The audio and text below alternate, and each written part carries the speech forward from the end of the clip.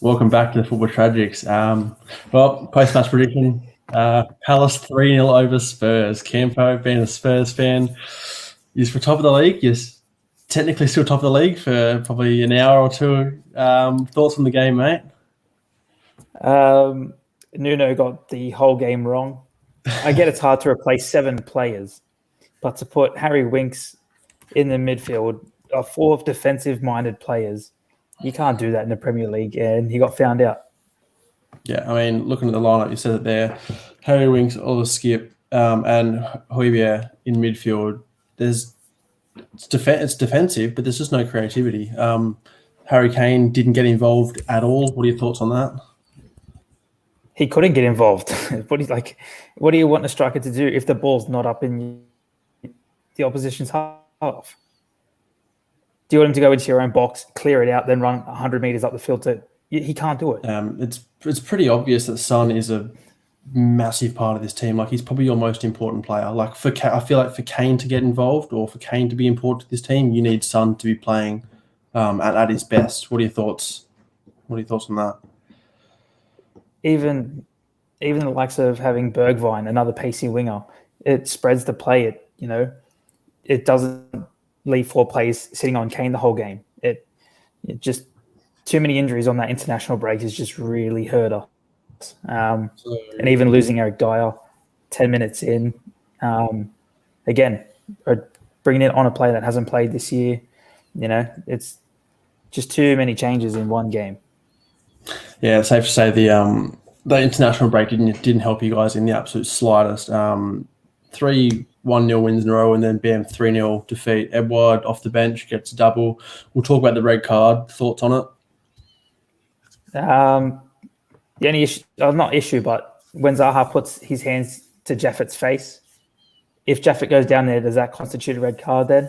Like, where is the line drawn? Like, if you're going to bring your hand up to a face, Tony, what would you add to that? Does that encourage players to dive then? I'll actually jump into that one with Campo, because obviously it was against Spurs when Martial got sent off for a very similar incident. And I think if you're going to give one a red card, I think today's was worse than what we saw with Martial's. Like Campo said, one took a dive, one didn't, and that's where the red card came out. Yeah, 100% agree. It's one of those ones, if that player flops, goes to the ground, not necessarily flops because Zaha did raise his hands, that's a red card every day of the week. That goes to VAR, and that's just the way it is. You're almost getting punished for not going to ground. And that's why players dive. That's why people flop every week, because they know that it works. It gets players sent off. I think in that regard, probably hard done by, but I think it was I think yellow card, both players, fair enough. But I could see it being given a red. And then that second challenge was maybe unlucky because he got beaten to the ball and he just didn't have the experience to back away. I don't know. He misplaced the pass and then he's dived for it, but you can see his legs. He's tried to pull away, but Ayu's committed to it as well. Like, it's a yellow card because of the contact made, but he didn't have any intention to take out Ayu. He's tried to pull away, and it's just one of those things that happens. Just looking at the stats here, 2 shots, 1 on target for you guys. 18 shots, 4 on target for Palace. Handbrakes on the midfield. Handbrakes. We'll talk about it obviously privately here. Gallagher dominated that midfield. Even Kouyaté, Zaha had both Emerson, Real, and Jaffett on skates for majority of the game. What do you do from here? You need Son back. You pray that your Lo Celso, your Sanchez, your Ramirez, they all come back from quarantine or whatever. You get Bergwijn, hopefully he's not injured too serious, and you hope Son's back next week. You pray that they're back from injuries. That's all he can do. But just a speed bump, or is this a? Before you jump in, Aaron, I just want to touch on one thing. We say that it's because you've got players out. You conceded 18 shots against Man City, 25 shots against Wolves, another 12 against whoever you played last week, and now you've copped 18. So it's got nothing to do with the players that were out, because you've copped these shots all year. It's just you couldn't score and hold them out, and they scored their goals today. Oh, but every team's going to have shots against us because we can't defend it half the time. But it's our today. you not been praising your It defence was- the last 3-4 weeks? yeah, because they have been solid. They've had 18 shots, but none were clear cut, or like only one clear cut chance against Wolves, one against City. There's been no real clear cut chances, which from last year, we're all conceding 6 clear cut chances a game. So I want to ask, just a speed bump, you overcome this, or no? What do you think going Oh, we got forward? an What needs to be fixed? easy game next week to build some confidence. But then, I don't know. It just depends. Depends on the severity of the injuries. That's all I can say. I don't know the severity yet. If Son's out for a month, we're going to join Arsenal in the relegation race back then. But if everyone's back fit and firing, then, it'll just be a speed bump, this one. Thoughts on Edward off the bench? 2 goals, well taken goals. Do you think he's exactly what Palace needed? Benteke, he's that big body, but he can't.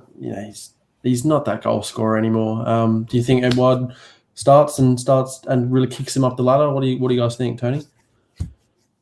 Yeah, I think obviously Benteke's been there enough now. He's had his chances. Obviously he's come off the bench today, and he's got himself a double. Benteke, I mean, he's getting older in age, and why not give this kid a chance now? He's obviously come on, he scored the goals.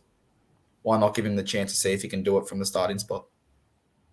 Still think Kane is happy to stay at Spurs, or is he wishing he went? He's probably wishing he left. He's 100% wishing he's gone, but 4 games to start the season without a goal. he's only played 2 full games. He didn't play the first game, did he? 2.5, 2 games? 2.5, about that. He came on about the 70th minute against Wolves as well, so 2 games roughly. I've got a question for you, Campo. We're going to bring back a fan favourite. It's going to pop up on the screen. Can you just let me know who's in the bin after this result? Who are we throwing in the bin? You do it every week when you cop a loss. Which player's going in the bin? Ben Davies, one of them. A player that's already frozen out. He gets his redemption, and he's just gone, you know what? I like getting paid to do nothing. Handball, deflection.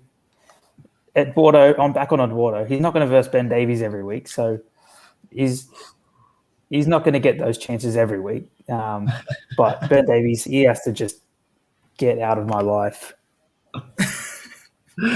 Well, yeah, if anybody doesn't know, who's in the bin is Campo's favourite segment we've been running on the pod for the last few years. He's usually called a player in the bin, and then the next week they somehow do something decent. So if Ben Davies scores next week, we'll know who to blame. I don't think he'll even make the freaking bench next week.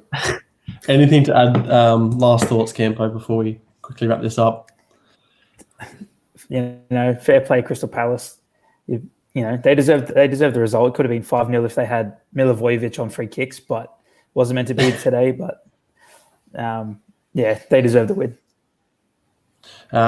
This game's all is forgotten if you just go and win the North London derby. I think in the next week or the week after. We've got Chelsea next week, so big game. Week after, because you won't win that one. But look, still top of the table for another hour. Enjoy it while it lasts, mate. And we'll see you in the review of the Premier League. Top of the league. All right. Viva Ronaldo.